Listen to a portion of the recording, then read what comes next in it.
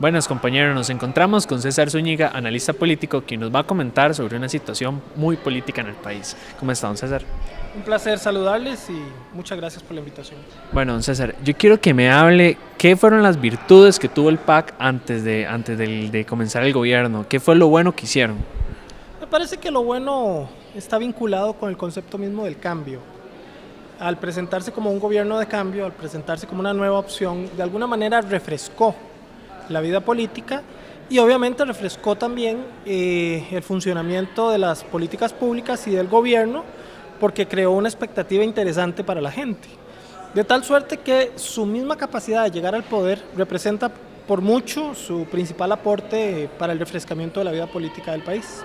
¿Qué sectores cree que dejaron atrás? ¿Qué fueron los puntos débiles del PAC que pudo haber afectado a lo que ya es el gobierno?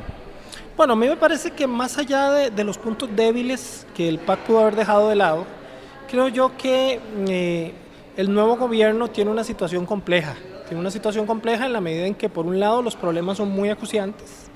Costa Rica en estos momentos está pasando por una situación o una coyuntura política que refiere a problemas de mucho peso, a problemas de mucha importancia, por un lado, pero por el otro lado, el gobierno y particularmente el Partido Acción Ciudadana llega al poder con poca expertise política y sobre todo poca expertise de gerencia política. Lo que me parece a mí que está afectando la gestión del gobierno en estos primeros meses, evidentemente tiene que ver con sus capacidades de gestión y con su experiencia en el manejo de la cosa pública. Una experiencia que ni sus dirigentes principales ni sus dirigentes medios tienen a todas luces. Y esto en efecto es el lastre que tiene que precisamente arrastrar esta administración durante estos años con el objeto de lograr cumplir las muchas expectativas que levantaron en campaña. Ahora, el gobierno está teniendo problemas en los últimos 2 meses.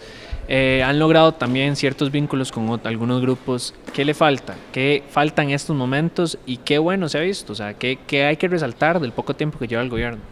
Un país, para poder ver resultados, requiere de un gobierno que tarde más tiempo, un gobierno que se desarrolle más en el tiempo para poder hacer una evaluación más o menos seria. Sin embargo, preliminarmente notamos que hay mucha improvisación en la gestión del gobierno y a mí lo que me parece es que el gobierno no ha planteado una visión estratégica país que le permita encauzar su toma de decisiones. Creo que en vez de concentrarse en los problemas más acuciantes, en los ejes fundamentales en los que debería concentrarse los mandos políticos del país en el Poder Ejecutivo, me da la sensación que están atolondrados un poco en medio de tanto detalle y de tanto movimiento de coyuntura administrativa.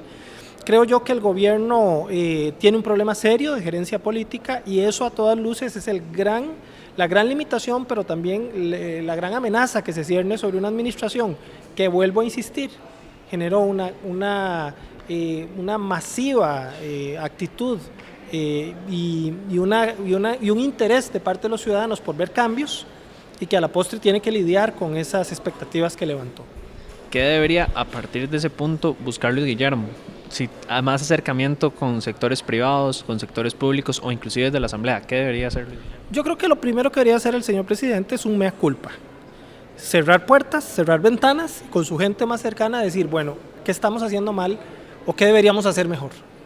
Y aquí pasa, creo yo, por una especie de planificación estratégica para poder orientar al país en una perspectiva más apropiada.